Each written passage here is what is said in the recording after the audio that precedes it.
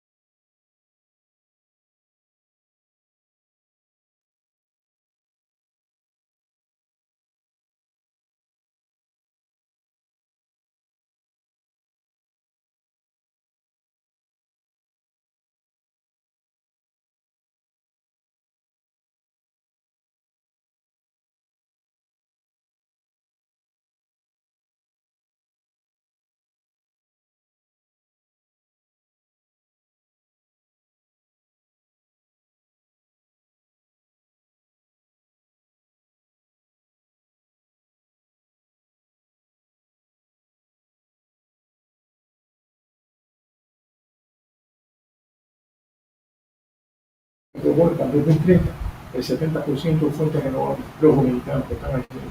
Costa Rica ya está en el 90%. Y nosotros nos estamos proponiendo para el 50%, pero para los que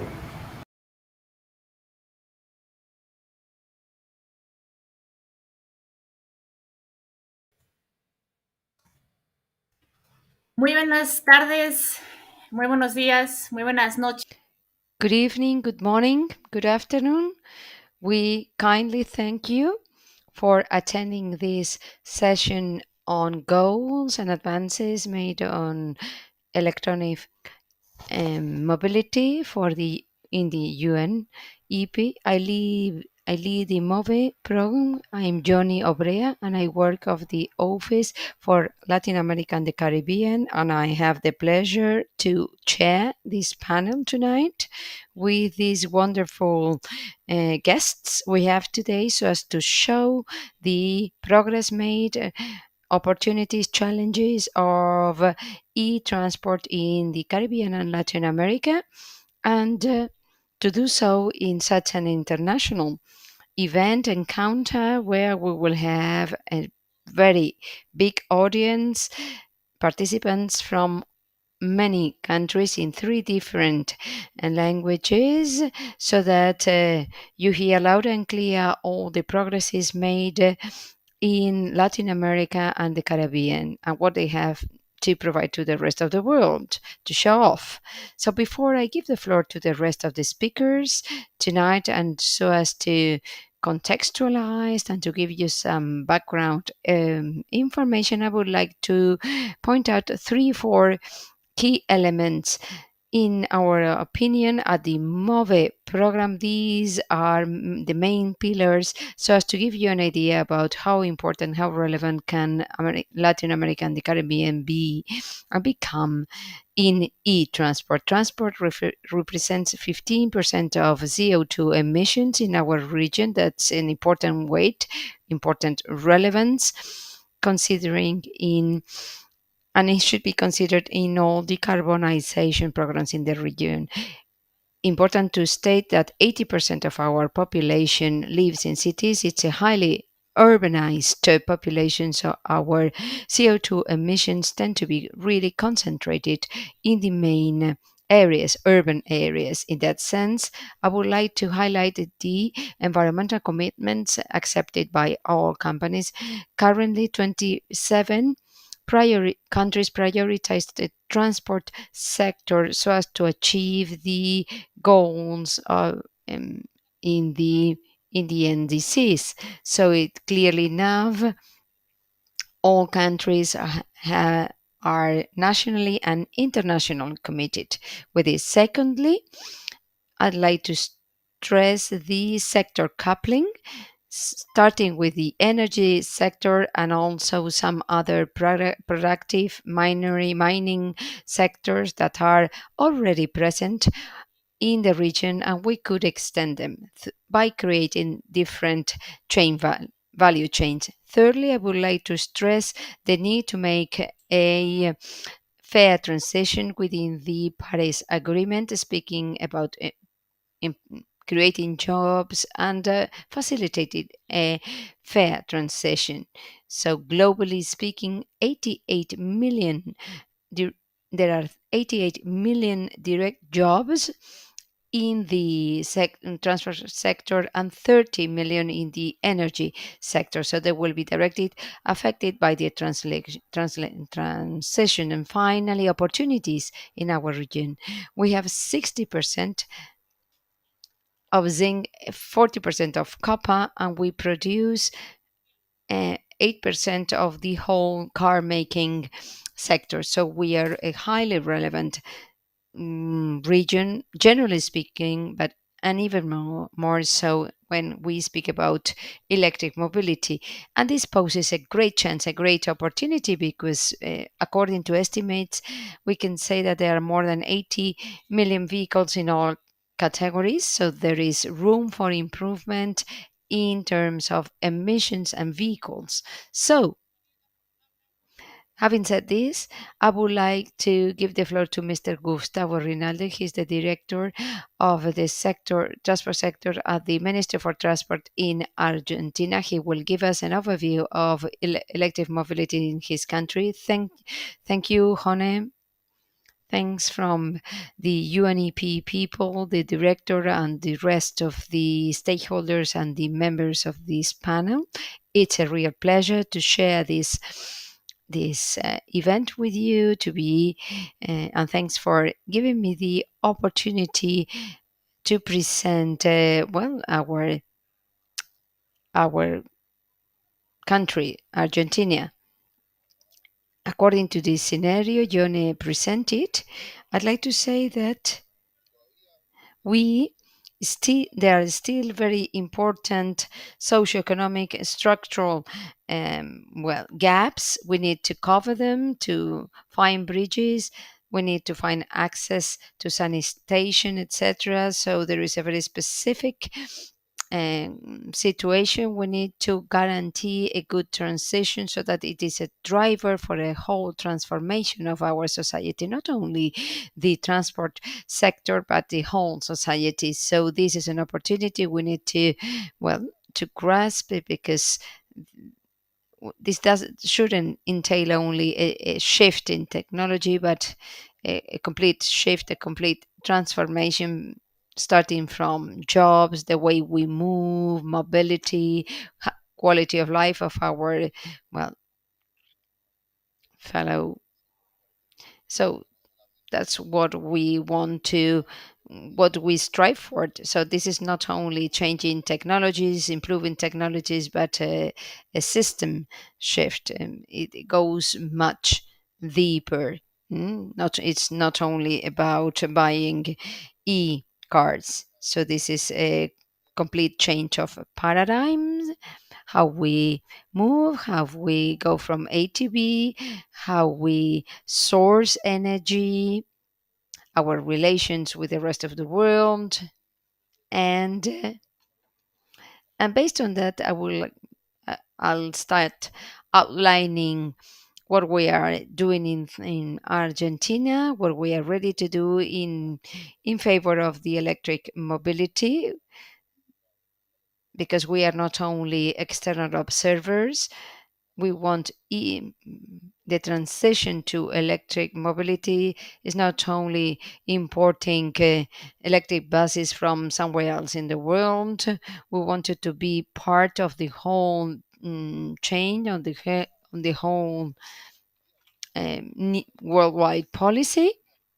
And that's why we don't want to be a piece of a gearbox. So this is an important commitment. Both the private and the private sector took on the challenge of starting and paving the way towards electric mobility. It is true that, well, we need to be aware that electric mobility is just starting. We are just, well, on a budding phase. So we'll need to continue making big efforts in the, maybe in the next 5 years, so that it is much more accessible. And we need to make awareness raising campaigns so that the population is more aware of those possibilities. We all know, understand what electrical vehicles are about, etc. But most of of the citizens are not aware. They are completely unfamiliar. They see it as something far away, whereas it is absolutely true that it costs accessing a hybrid vehicle, electric vehicle are quite low. It's well. At the reach of everybody, so the penetration rate of electric mobility in our country is still very low among our fellow countrymen. So there's still a lot to do. We need to pave the way to accompany this change in the next 5 years. Many investments will be needed, a lot of developments. We need to incorporate the structural changes in employment in different sectors. So we need to take that into account. Another important point I would like to stress, you mentioned lithium and some other technologies related, battery related technologies. So we have an we can generate green hydrogen both in Chile. We are collaborating both with Chile and Uruguay so as to design new strategies, working with renewable energies beyond 20, so that beyond 2030 we can incorporate hydrogen. Mozambique and other countries are working well hard on that. So we need to consider that in the southern cone, because it is certainly a big possibility. So we are still on a germinal state, on a seed state. We need to foster a clear roadmap, attract investment, funding, have a clear position so that it shields us somehow. It shields our people so that we can move on from being mere importers, so as to be real creators, real partners. And this should be a driver for change in our economy, so as to improve the quality of life of our populations, of our citizens.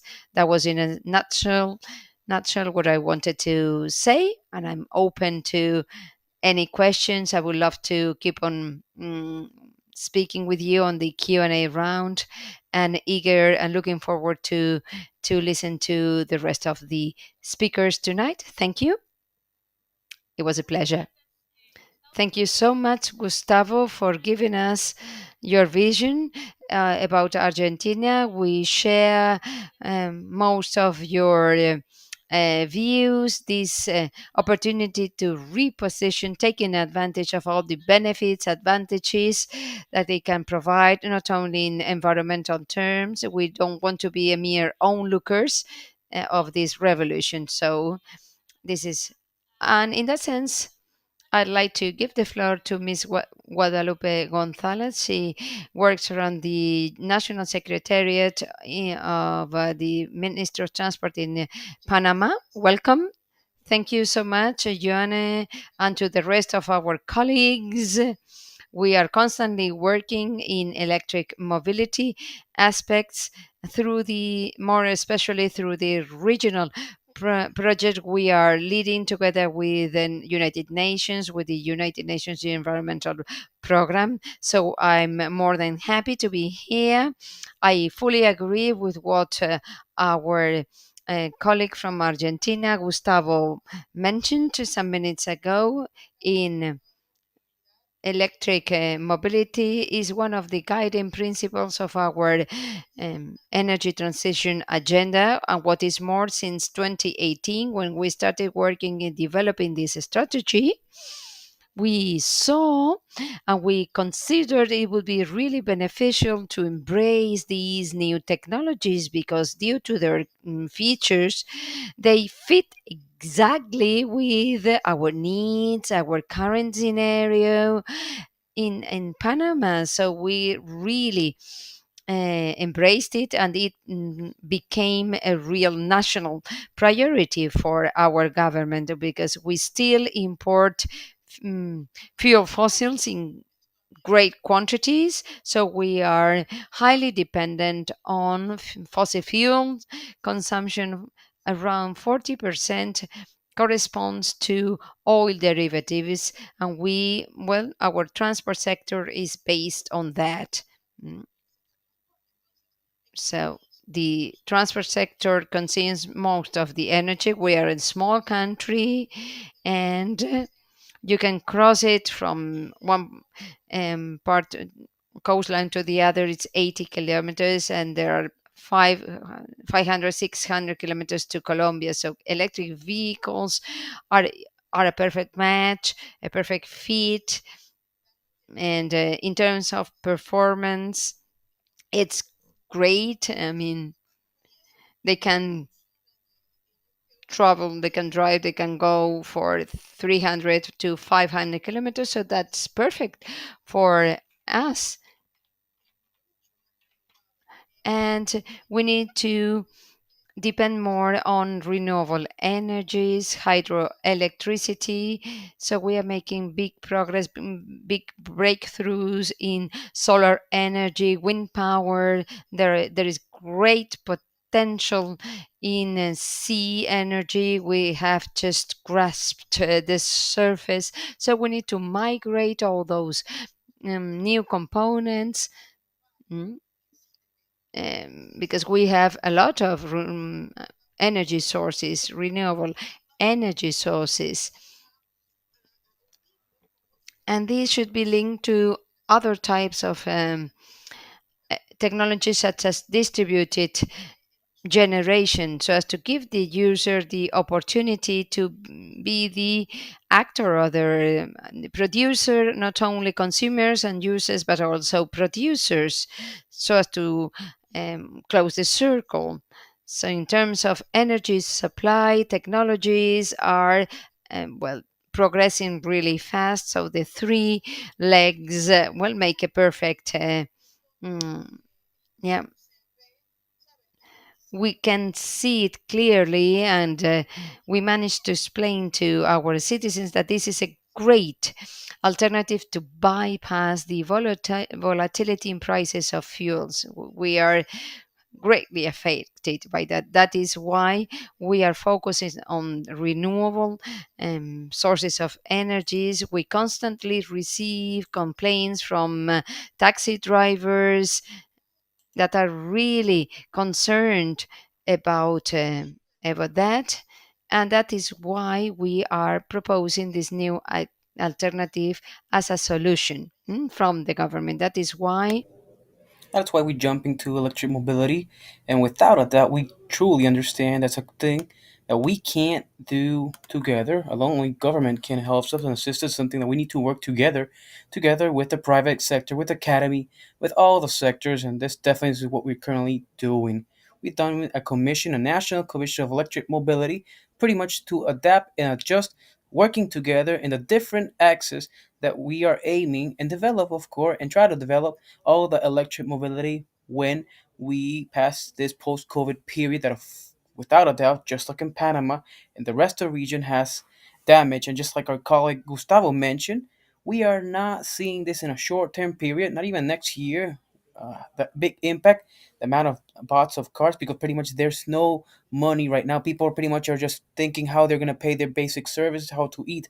But what we really want to out and explain is pretty much show all the forms and ways where we can develop all the instruments that can allow us to, in like around 2, 3, 4 years, when we go back to normality, we hope it could be soon. Well, we could see all those capacities available so the Panamanian people can easily start seeing and find a way where they can find and buy electrical car. That's what we're working with. We're working side by side with the bank that we really noticed that, just like Gustavo mentioned, are pretty much creating that awareness of the great things that we're working and developing with different entities that we are trying to create that sensibilization, a strong sensibilization, and with also the final and end user that really does not know the technology is fearing, that pretty much don't know when there's a strong water rain, and they're not sure if it's going to be, if it's the energy is going to stop or no. Pretty basic things that for us that we're technicians, they're simple doubts for a user that doesn't know the technology. So we definitely need to reach that and try to assist and support them. Aside from that, and of course trying to make things shorter and go straight forward, we're trying to focus on the electric mobility aspect. We haven't pretty much focused on that topic. Why? Because in Panama right now we've been developing public transportation on a big scale with the subway. We got a subway that's pretty much electrical. It's planified to have 9 lines. We already got 2 lines in operation in Panama, where pretty much around more than 500,000 people from Panama move daily, and that really it's been a great, uh, important movement in the area, in the country. So without a doubt, we've seen a lot of access that we are developing. We've discussed it with companies that are very interested in having mobility with a natural gas. And without a doubt, there are options that we have available in the country. We understand Panama right now, the market, it's well, the market is moving as a free market trade. So yeah, with this is a high priority for a country for all the great advantage that I mentioned about electric mobility, and we're working hard. We're aiming daily to reach these goals, and of course, we need to address this with this regional vision that for us it's been fantastic, excellent, and I truly believe that we are all together on board on this because we are a very small market in the end. Central America is a very small market. Well, we have to find the benefit in working together, and we've discussed this. We know we are all aligned, aiming for the same goal, and we just hope to, as in the upcoming years, we can take this and lead this to a take all the professional, the normal Panamanian citizen have access to this type of technologies, and they could eliminate that way of thinking, that stereotype that right now that electric mobility only happens for people of high class. We definitely have to eliminate that stereotype, but to reach that, well, first we have to do a lot of construction that involves all the stakeholders, like I mentioned, and communication. That's what we're trying to do. Thank you very much, Guadalupe, for sharing us that vision from Panama. Truly believe that this transition, adapted with the energetic part, creating that independence without a doubt, energetic, is definitely key and element. It starts from all the great tasks of what electric mobility means. Right now, well, I'd like to pass the word, give the floor to Mr. Ciro Osvaldo Reyes, Minister of Transportation in Cuba, so that he can also, well, mention us what's the vision from Cuba on electric mobility. Good night, Mr. Osvaldo Reyes. Good night. Good night again. Once again, I appreciate the invitation for this event, the possibility for us to allow be part of this dialogue about electric mobility advance and goals in Latin America. In our country, we're trying to reach the implementation of a national investment to fight the climate change and honor those national goals that we have as a country. We constitute the same political will from the government and try to promote the depollution and conservation of the environment and fighting the climate changes, which pretty much is inside the Article 16 of Axis 5 of the country's constitution approved in the year of 2019, which established the places of development and social program until 2030. Principal goal to reach this goal of a prosperous goal, economical, social, and also environmental sustainable that can be resilient and less intense in carbon emissions. Currently, in updating in 2020 on the first communication on the contribution of the national level from the country, where we identify as contribution of mitigation and lessen transportation, which pretty much has this main object to reduce the intake of fossil fuels in cars for more than 50% in the year 2030. We having this mitigation risk related with the national vision of electrical transportation, where we're aiming to do a projection for the year 2030. Electrical studies for batteries could reach more than 45% on behalf of the state cars, reaching the energetic efficiency to public transportation, bettering the quality of the public transportation as well. With the correct approval at the country level for the use and development for all the electrical vehicles for batteries in transportation in the 2020-2030, which pretty much constitutes on the implementation of electric mobility in Cuba. We try to reach the upcoming goals. Introduce in the vehicle network more than 56,000 electrical vehicles, with pretty much 39,000 on importation and 17,000 on identification and local industry. Create that infrastructure that can be more adaptable to those 59%, or energy start from Rosada pretty much around between 38 points per station or cement rapid, 17,000 points or 2,000 points of slow charge in public spaces, and 180 stations for fast charge with more than 50 kilowatts for public services.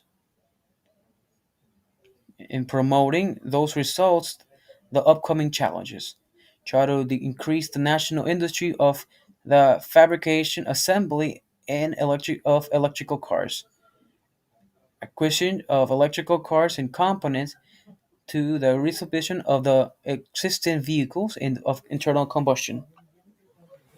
Try to obtain financial support, important for the development and implementation of electric mobility in our country.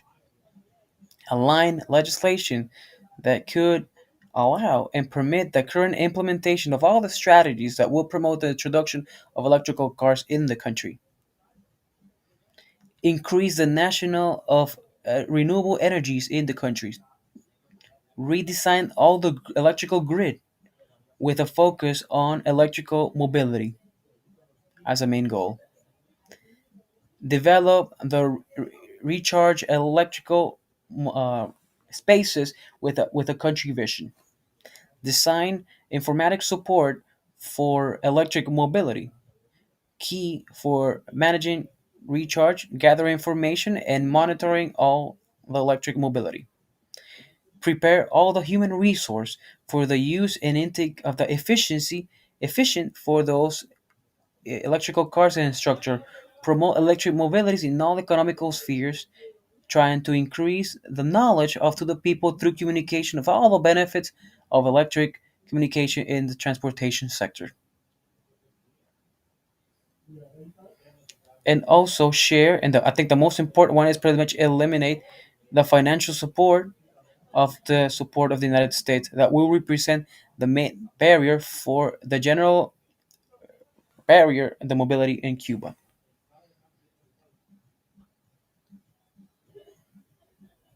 I will pretty much list all the opportunities in our country that will this all of this represents access to financial support through development and implementation of projects, links of the country's national industry with foreign investors for the development of electrical mobility and component of the charging components, access to financial support technology and new markets,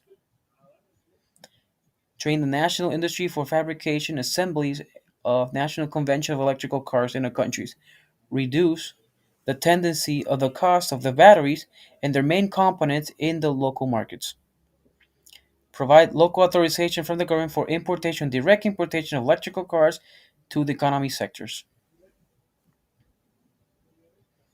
apply financial support for importation electrical cars and their recharge cards, energy resource support, battery support of different calories. We have concluded we can provide an explanation of a project that we're currently doing here in La Habana, about 23 cycles that was financial for from the government, where we got two routes guided, uh, pretty much rode by women. The drivers are women. The cycles are charged in their place that they got solar panels. This energy that they're using in the morning, pretty much, is all the solar panels are provided to the national grid, and that's why pretty much it's a project that has a lot of great acceptance over here in La Habana. With, if we can call this local financial support, and I'll conclude my participation here. Thank you very much, Mr. Osvaldo, for providing us this vision of electrical mobility from Cuba. Pretty much exactly the project that you mentioned, which really pretty much picks all the elements that you were mentioning with transferability of gender, that we truly believe it's just to imitate, right? Having that, it's a very, the rest of the country should pretty much copy on how to see the progress in that fair transition without not leaving someone aside of the use of the knowledge of electrical mobility. We truly believe. Thank you very much for your wonderful words. We would like to pass now the microphone to Mr. Gabriel Prudencio. He's the leader of delegates of sustainable energy of Chile, so that he can provide us his vision on electric mobility in Chile. And pretty much before that, congratulate you because tomorrow I know you'll do the presentation on the renovation of the 7 p.m. on the channel of ministry. Just to again invite all of our audience to be aware of this. Go ahead, Mr. Gabriel. Welcome. Sorry, we can't hear you now. We can hear now. Awesome. Can you hear me now? We can hear you. Wonderful. Perfect. I'll have already here right now some displays, some slides that I would like to share. Awesome. Perfect. The upcoming 8, 9 minutes, really quick. I like to pretty much share with you pretty much the art of the electric mobility over here in Chile. Pretty much share a little bit of what we're going, seeing some progress in the country. And context level, we share that, well, pretty much sharing the numbers in the region. More than one third of the energy pretty much are going to the transportation level. In the part of Chile, more than 80% go to transportation. Pretty much everything, more than 99% easy of the funds pretty much come from fossil fuels. In case of Chile, because we don't produce fossil fuels, all of fossil fuel we import them. Without a doubt, we see the demand. If we add up this, all the logic, all the numbers, the line that was shared in the case of Chile, it's more than 24% of gas emissions in the country come from the transportation sector. Without a doubt, we here see a great opportunity to go ahead and move forward to that clean energy. That's our goal. That's what we're currently. Chile already committed itself to. Pretty much, Chile was the first one in developing area and back in 2010 to commit and reach that carbon neutrality aiming it to the year 2050.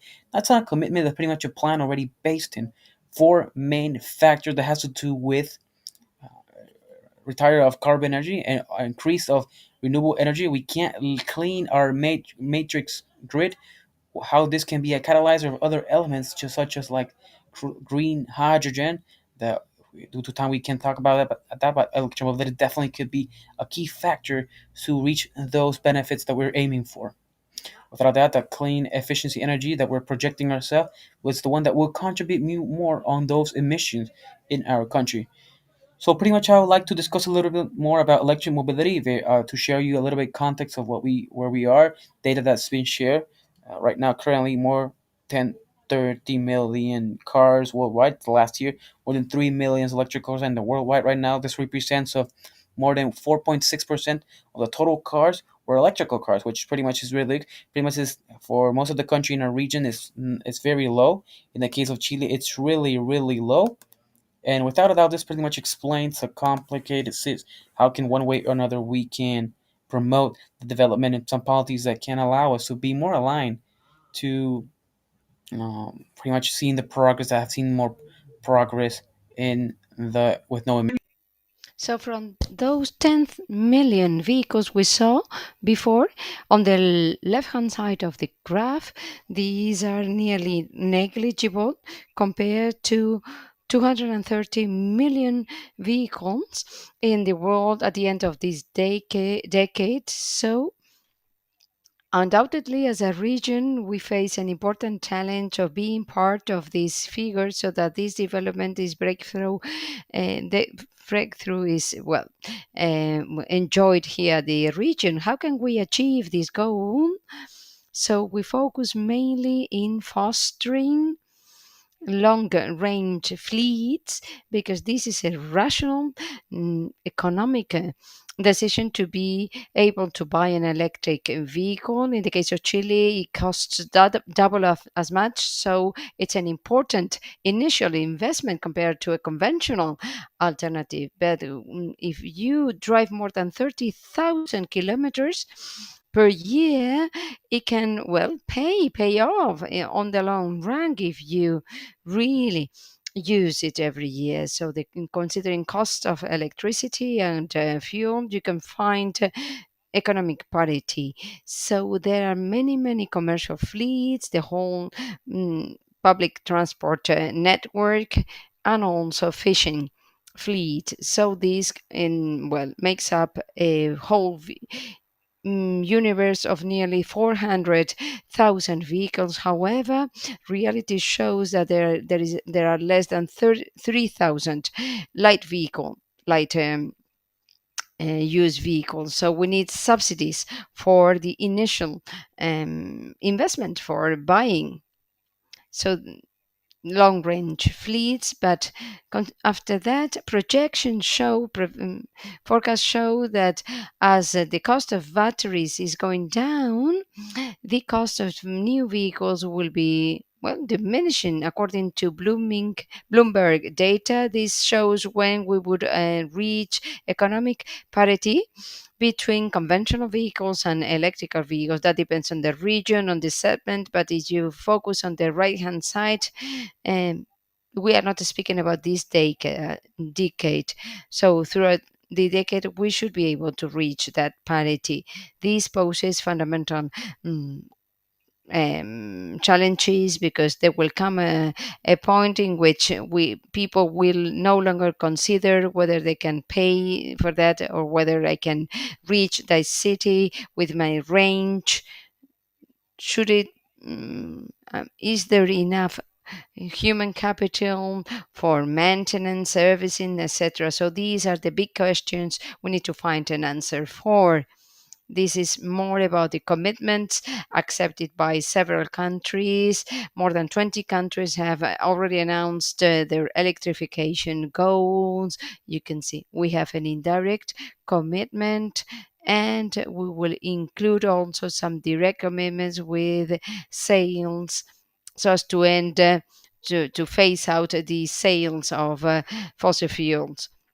based vehicles. As I said before, we are in the process of launching a new electromobility national strategy with a holistic vision. It is important to include a comprehensive holistic vision and development, and to that we need good regulations, good awareness raising, dissemination, development of human capital. Undoubtedly, it's fundamental. We also say that this is not about um, I mean, launching a big number of vehicles on the streets. I mean, there we need to consider many other factors.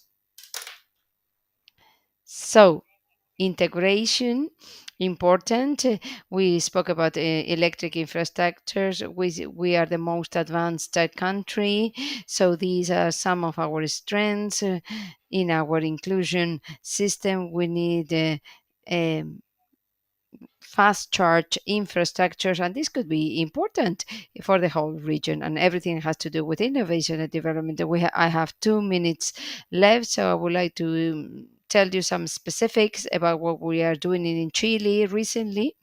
We well enacted a law on energy efficiency, law 25-305, related to e-mobility. We need to establish efficiency standards for vehicles, light and not too heavy vehicles, with an additional um, aspect. So this mechanism is really important, establishing standards. Most developed countries have a similar legislation, so we are following the experience of other countries in the region, and this is really important. Also, there is a mandate of working on interoperability of the charging infrastructure. This has to do with payment systems, conversion, physical infrastructure, so as to cater for a harmonious growth. So we are working on that this year on the final approval of this regulation, and a special mention of the accelerated depreciation for electric vehicles, thanks to the support of private companies. So we're focused on long range fleets in that sense, considering starting by public transport. We have incorporated nearly 1,000 e-buses in Santiago de Chile, in the capital city. So apart from China, this is the city that has the highest number of e-buses. So we are finishing a bidding process, a tender. So we are incorporating new and more vehicles. Regarding taxis, groups, collectives, I mean, these are vehicles that cover a fixed route, and also taxis. We have recently launched a special program for incentives for purchasing for so that more and more citizens purchase these vehicles. We have launched two programs. One is aggregated purchases, some subsidies. We need to create and to foster capacities. We do not co-fund the purchase, but we are breaking an important barrier, providing subsidies to companies. Regarding regulations, we have new norms on security, operation of chargers, charging infrastructures in buildings. I mentioned that before. We have developed a new platform so as to provide a lot of information about electromobilities, success cases, lot of information, data, practical data, and even an app, an eco charts. And we have fostered some public-private alliances and agreements so as to show some cases, some study cases, some success cases, people that have overcome several hindrances. Human capital, in terms of human capital, we want to cover the breaches and to do away with those gaps.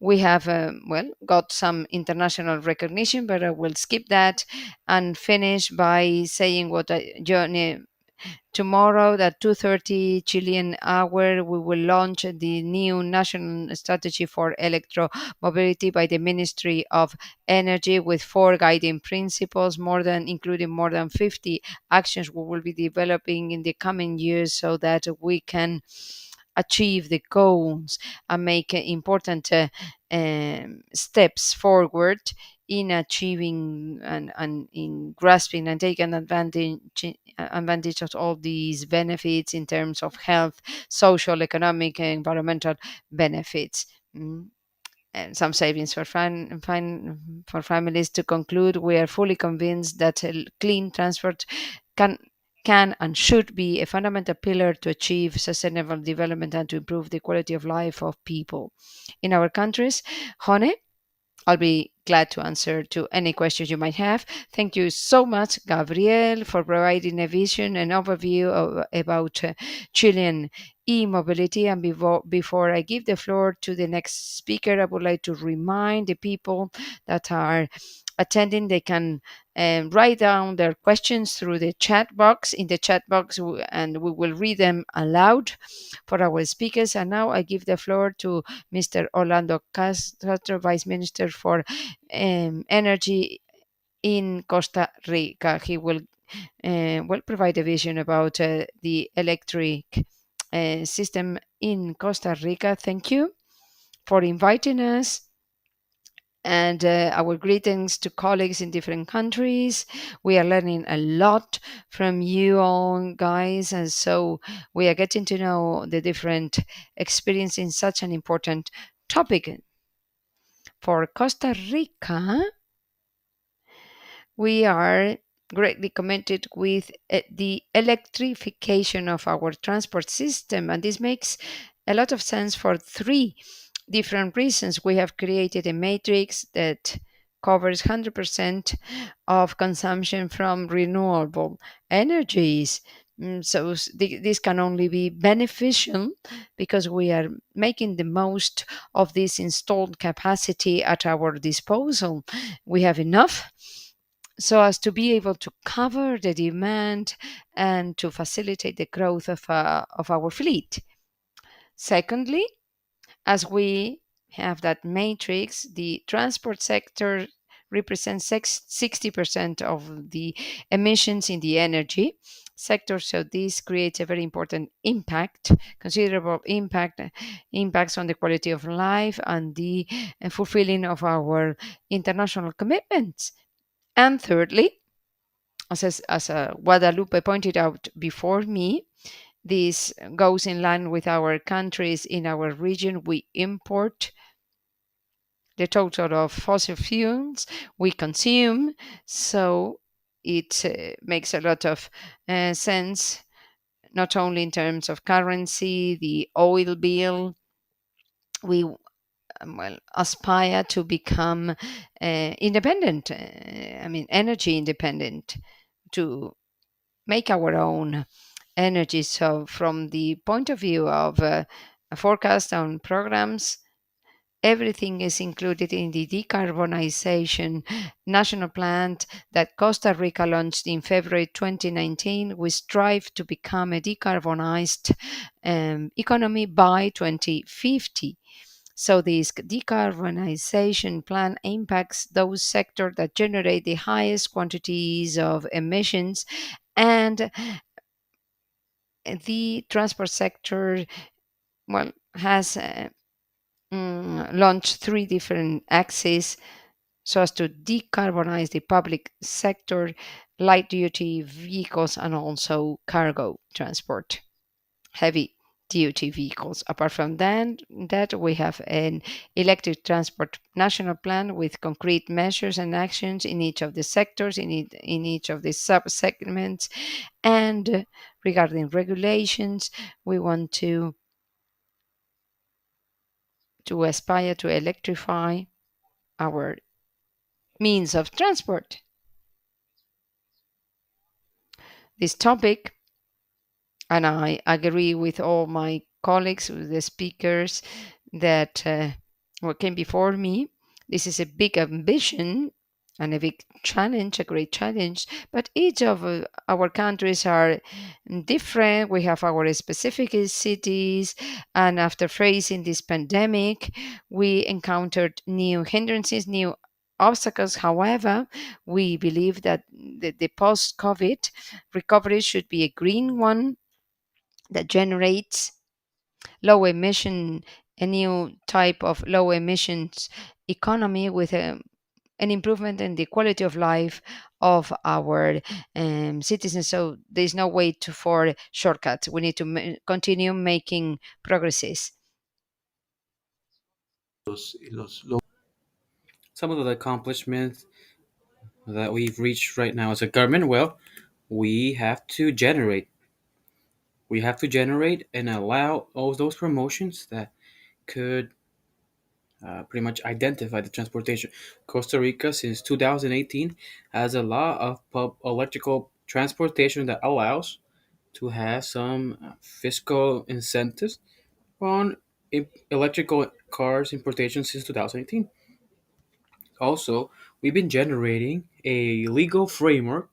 For example, we have a internal rule of our charging areas that only establish not only the technical conditions that all those charging areas need to have, but also those minimum uh, spaces to have. This definitely has allowed us to have a charging area grid with more than 41 centers of fast charge areas that, well, for the spaces for other countries could be few, but for us it's important. More than 100 centers of charging semi-quick and slow, but of course are distributed in hotels, restaurants, malls, centers, and more places.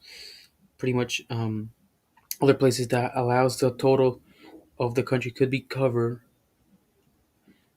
this kind of charging spaces that one way or another contribute and generate the confidence in the people too. This definitely has make that today we could say that we have a total amount of more than 2,200 vehicles and 750 electrical bikes that the country has. Over here, we're not including small vehicles like golf cars and other vehicles that are pretty much in the street. A very important fact that I want to mention that in 2021, more than 3% of the vehicles that have come to the country are electrical vehicles. This pretty much is a very important data because it's pretty much notifying there's a tendency, it's increasing one way or another, and this technology change that it's very well appreciated from the public. We have, well, a very private sector that's aware and very well organized on different associations that are promoting the electrical support and have pretty much promote and explain this technology to all the people. All of this vehicle currently can with special plate, green plate, that pretty much distinguish them from the different vehicles. And this allows them not only to have distribution from plate that exists in the capital city in San Jose and allows them some free parking lot in some municipalities in the country. We have a special rule that pretty much allows them to any border or customs um, the data. And something really important that I want to mention that with the government, we have taken the decision that also exonerate the vehicles, electrical vehicles, used vehicles that are coming to the country. They don't have the same pretty much fees from the new cars. But of course, this allows having promoting this technology more accessible for the people. We could call it probably the people that can aspire a new vehicle. But of course, we are promoting use electrical vehicles in good condition and a high quality level. Of course, all this is filtered and centered. We search as a government try to promote through what we call those green or state acquisitions that procurement process that through some all the amount of cars in different institutions or ministries or agencies in the or public banks. Well, we are trying to promote them and aiming when they will acquire new vehicles in any procurement process. All of this we're promoting. There could be green efficient cars. We have more than 332 cars in government institutions that currently have been we could say they have been acquired to also this definitely has allowed that to the date we have in the country a high value of, even though it's a small market, we count with more than 27 brands of electrical companies that are sold in the market and more than 40 electrical models. They have been diverse. We've seen, uh, well, vehicles for companies just like low charge ECAPS cars, and some technologies are very requested from the different companies to fulfill their local demands. And as a matter of fact, uh, heavy equipment, cars, green trucks, and regarding the public transportation, well, we have a pilot program right now of three electrical e-buses that are operating in three different lanes, metropolitan lanes in the capital San Jose, with good results that has allowed us to see and reach this technology with the business people, because in our countries all those routes, all those country routes are pretty much gathered on private sectors, and well, they pretty much have to do this investment. Those results of this pilot program have been really positive on efficiency level, on cost level, and of course the satisfaction of the final user from the same drivers. The operational cost in this study pretty much are showing us that they are more than 4.6 times lower than the diesel trucks. Also, we've seen a progress. We're trying to implement an electrical grid on the metropolitan area that's currently working, but this is on a fossil fuel. But we're trying to be it could be in our articulated in the public transportation on low emissions on the metropolitan area in San Jose. Probably just to wrap up really quick, I want to mention that we have as pilot programs for more than a couple of years a bus, an hydrogen bus, and four hydrogen vehicles that are part of a pilot program that we could say that they are being benefit of from the zero emission technology of the what the country has. Probably I'll leave it for here. If I need something, if someone else needs more information, any question, we in those spaces for question answer, we can amplify more. Thank you very much, Mr. Rolando, for this vision from Costa Rica about electrical mobility in Costa Rica. Just to gather information, wrap up, listening all the from each the representative of each countries, different economies, different geography. They're working on electrical mobility. They have different, but I want to highlight some elements that we all have in common in our mobility planification. The first one, well, those national alignments, those fiscal motivation strategies plan. As a matter of fact, Mr. Osvaldo was mentioning about the Constitution of Cuba, how this pretty much comes from the highest level of norm of each of their country. The fact of trying to increase the life quality, increase the air quality, increase the quality of life, and from there pretty much comes everything of electrical mobility until finally having electrical car at the street. Second thing is pretty much the industrial factor or this great vision to try to enjoy electric mobility for aiming the country's development, focusing it right now due to the situation that we're currently living, the economical recuperation. That definitely is a key element, a common element for all the countries. Of course, trying to adapt it to the energetic level, that vision of economical independency, reduction of combustion energy. That without a doubt, it's a high level from exterior balance of all the countries. Something capacity development, very interesting. All of the country we are aiming that same line, developing the capacities of electromobility to progress, not only be good final user from the vehicles of mobility, but also try to provide and give the big step of taking advantage of all those electrical mobility advantages. Another thing, public communication. We all agree, we all mention the necessity of having a better public communication, that the public definitely see the results, the impacts, the motivation, everything regarding electrical mobility. And just like Gabriel was mentioning, inside this decade that we will have, we definitely pretty much will see the results. We'll see and see the clear message, make it real of the speech from the daily, from lunches, from Sunday dinners, reach that level where we all have that awareness. We are talking about it. And finally, well, recognize the fact that each of the countries now have their own pilots, they have their own trucks trying to improve the technology in different categories. We have different, Mr. Osvaldo was mentioning that the taxi level in Cuba, for example, the driver, Costa Rica, for example, in Chile, of course, all of the trucks already have and are in the system of Santiago, but obviously the mining sector that they have there, some vehicles working.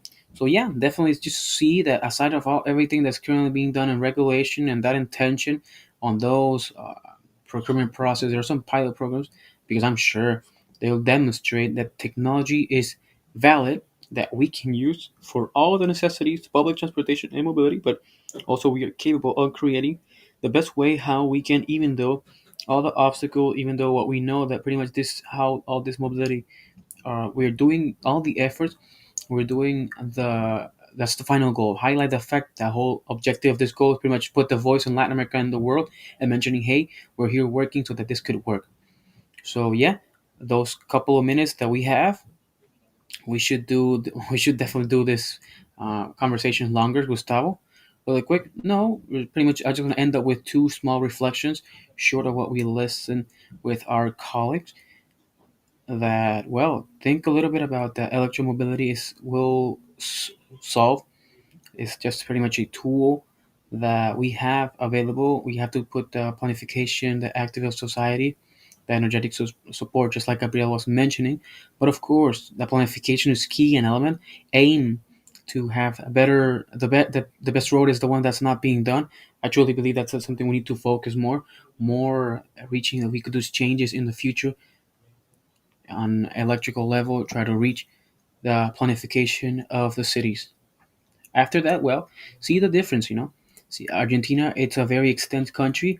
We are seeing progress in some sectors on electric mobility, probably in public transportation and also in the last mile and also in the passenger support taxis. But the scenarios are different compared like the Chile one or the one just like to be other countries. But the thing is that we have a matrix a little bit similar to the Brazilian or the Mexican. The challenges are quite bigger.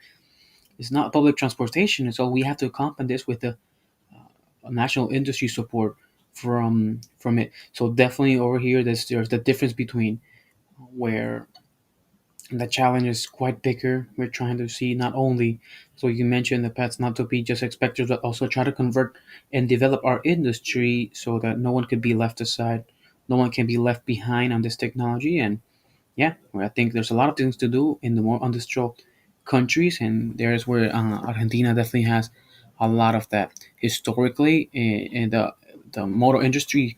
It's it's that's part of our day by day. Pretty much just wrapping up with that. Definitely, I truly believe we have to a lot of discuss. We can't buy this space. We can't buy fake illusions. I truly believe that we definitely go step by step, and support ourselves with in the region, in the area, and work together and try to have a better solid route where we could one way or another define, just like Gabriel was mentioning, our people are consolidated. We need to support ourselves and aim for sustainable development, not only from an environmental aspect but also economical and socially. I think that's the challenge that we have right now. And yeah, wrapping up, thank you very much, thank you very much everyone. And again, I repeat the great moment of sharing technology with each one of you guys. Thank you very much, Gustavo. I think now that I have everyone on the screen, I think um, you are the complementary countries, each piece of the puzzle to work together in electromobility with their difference, but each one of the countries with their something to add, with their capacity of demand and offer to see progress, right?